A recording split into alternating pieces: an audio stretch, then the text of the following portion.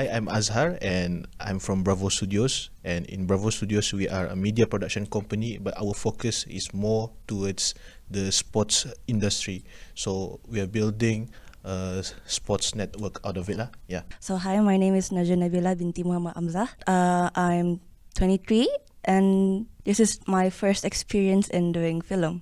How did the idea of Brunei in the 1980s come about? What made you want to tell the story? So the idea of 1980 came about from my family actually. So my mom and my nenek used to live in Kampung Ayer back in the 1980s. And way before lah dulu, they always tell me like these stories like, how do you say that? How they would like gather around with their cousins and all, with the neighbors and all. So macam, when I heard that story kan, macam, I really want to capture that moment ba. The community of Kampung Ayer during that time itself. Why did you choose to make it with stop motion and felt? I want to do it with stop motion. Pasal I haven't really seen banyak stop motion di Brunei kan. So like why not? So aku consult si Azhar lah. So I consult si Azhar. Should I do it with stop motion?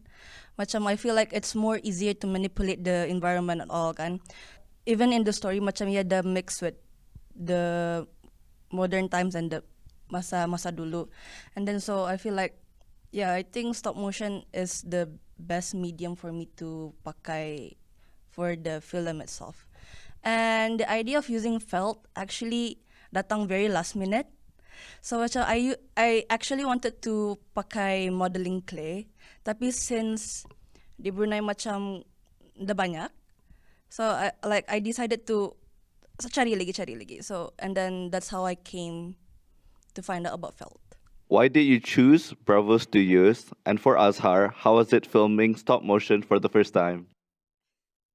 To build the project itself, it's quite challenging. At first, she wanted to use clay and so on, but thinking in terms of logistically and time, it was quite limited at that time. So she managed to find other alternative, and yeah, I think from there it's our first time juga trying to animate one by one, doing all the the diorama and so on. So from there, we don't really do a test shot actually, just a few things. But then once it works, okay, we just continue lah. Yeah, but we did some some scene that we have to reshoot actually, because it's just quite hard to edit at some point. But yeah. So at first, macam I was actually doubting myself very much when I really started like macam executing my plan. Kan membuat diorama and all apa, like I have to contact everyone macam, oh, do you know how to make miniatures? Macam, do you know how to make miniatures of us? So like I texted everyone I know who knew woodworking. Everyone that I texted like, oh sorry I cannot. Sekali aku macam, at that one point I was like, macam mana ni, like should I just give up the idea of doing stop motion? And then like, I think it's quite embarrassing for me to say, tapi my house caught on fire. So like I have to redo all the diorama all over again.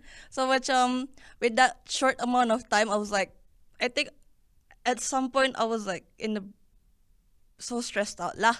So I have to reach out Azhar macam, oh, can you help me buat diorama apa ni, like can you also ask your friend untuk tolong aku jual? Like I was so desperate for help kan.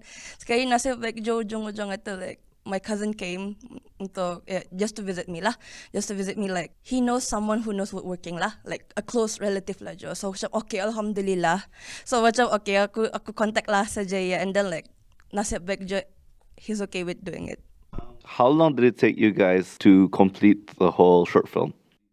The one that took a lot of time is actually making all the diorama, the characters. Itulah, I think that if we do it consistently, like we can finish it in 1 month lah.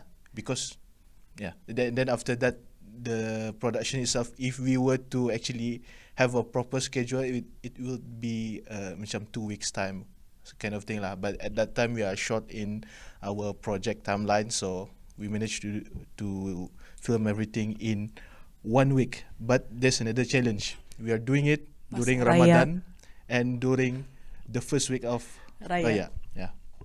Are you guys excited for Bruneians to watch the film? And what do you hope what the audiences will feel after watching Brunei in the 1980s.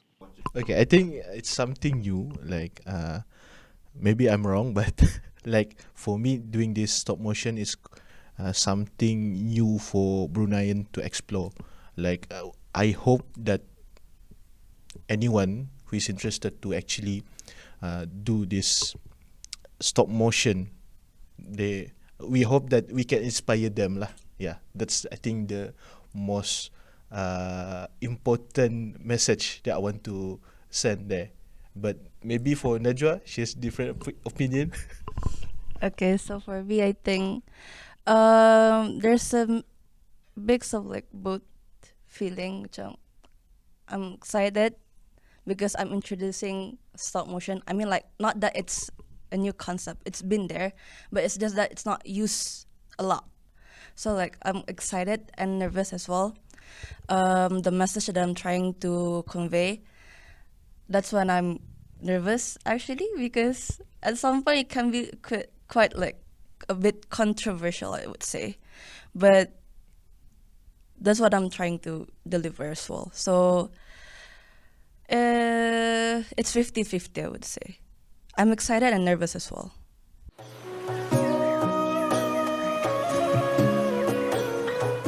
So like the actual reason why I decided to make Brunei 1980s is actually like I wanted to send a message to help and do something to preserve our Kampung Ayer. They say it's a national landmark, tapi there's only a part of the national landmark yang dorang take care of. And then like the rest of the Kampung Ayer macam at some point terbengkalai. It's left deserted. For example, we went to Romania. Old buildings were macam well preserved ba. Why can't Brunei do the same? Macam sayang ba?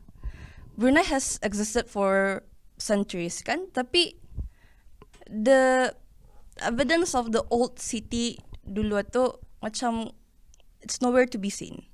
So that's why ko macam sayang macam tu. Sayang and then macam that's why I wanted to like push that point, like please try to preserve our so-called national landmark. Macam tu lah. Yeah, I think I just want to add to that as well. Like, before we actually start with the production itself, we actually visit Kampung Ayer itself. A lot of anulah sudah rumah rusak and so on. So macam it's just sad to see like macam again I agree lah the national landmark, but it's not being preserved and so on lah. Watch Brunei in the 1980s at NWF Media On 4th August 2024. Bye.